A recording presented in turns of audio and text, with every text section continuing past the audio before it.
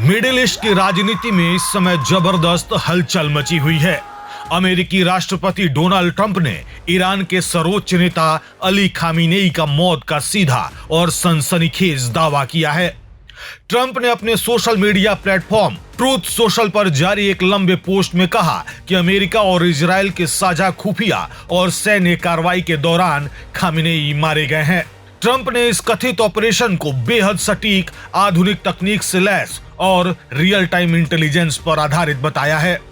अपने बयान में ट्रंप ने खामिनेई को इतिहास का सबसे क्रूर शासकों में से एक बताते हुए कहा कि यह घटना ईरान के लिए लंबे और हिंसक दौर का अंत है। उन्होंने ईरानी जनता से सड़कों पर उतरने और अपने देश को वापस लेने की अपील की है। ट्रंप का कहना है कि यह कार्रवाई केवल एक व्यक्ति को निशाना बनाने तक सीमित नहीं था, बल्कि ईरान की पूरी सैन्य और सुरक्षा संरचना को कमजोर करने के उद्देश्य से की गई थी।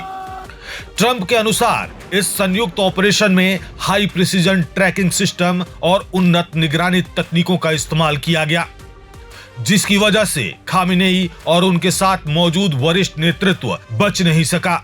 उन्होंने दावा किया कि इस कार्रवाई के बाद ईरान के सैन्य ढांचे को भारी नुकसान पहुंचा है और देश की सुरक्षा व्यवस्था अंदर से चरमरा गई है।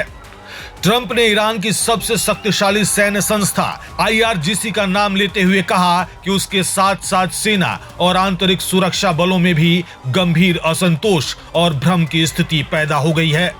ट्रंप का दावा है कि कई सैनिक और सुरक्षा कर्मी अब लड़ाई जारी नहीं रखना चाहते और अपनी जान बचाने के लिए अमेरिका की ओर देख रहे हैं।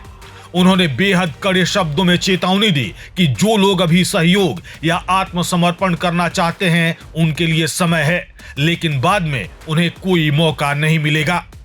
अपने बयान में ट्रंप ने यह भी साफ कर दिया कि कथित सैन्य कार्रवाई यहीं समाप्त नहीं होगी। उन्होंने कहा कि ईरान के रणनीतिक और सैन्य ठिकानों पर हमले पूरे सप्ताह या आवश्यकता पड़ने तक जारी रह सकते हैं। ट्रंप का कहना है कि केवल खामिनेई की मौत उनके लिए लक्ष्य नहीं है, बल्कि ईरान की सैन्य ताकत को इस स्तर तक कमजोर करना जरूरी है कि वह भविष्य में क्षेत्रीय अस्थिरता का कारण न बन सके। उन्होंने यह भी कहा कि उनका अंतिम उद्देश्य मध्य पूर्व और पूरी दुनिया में शांति स्थापित करना है। ट्रंप के इस बयान से पहले इजराइल के प्रधानमंत्री बेंजामिन नेतन्याहू ने भी एक वीडियो संदेश जारी कर कहा था कि इजरायली सैन्य कार्रवाई में खामिनेई के परिसर को तबाह कर दिया गया है और कई ऐसे संकेत मिले हैं जिससे अनुमान लगाया जा रहा है कि खामिनेई अब जीवित नहीं है।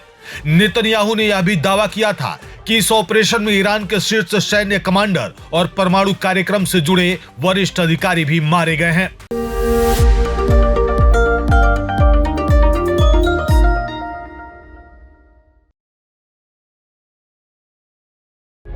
प्रभातखबर.com, विश्वास वही, रफ्तार नहीं।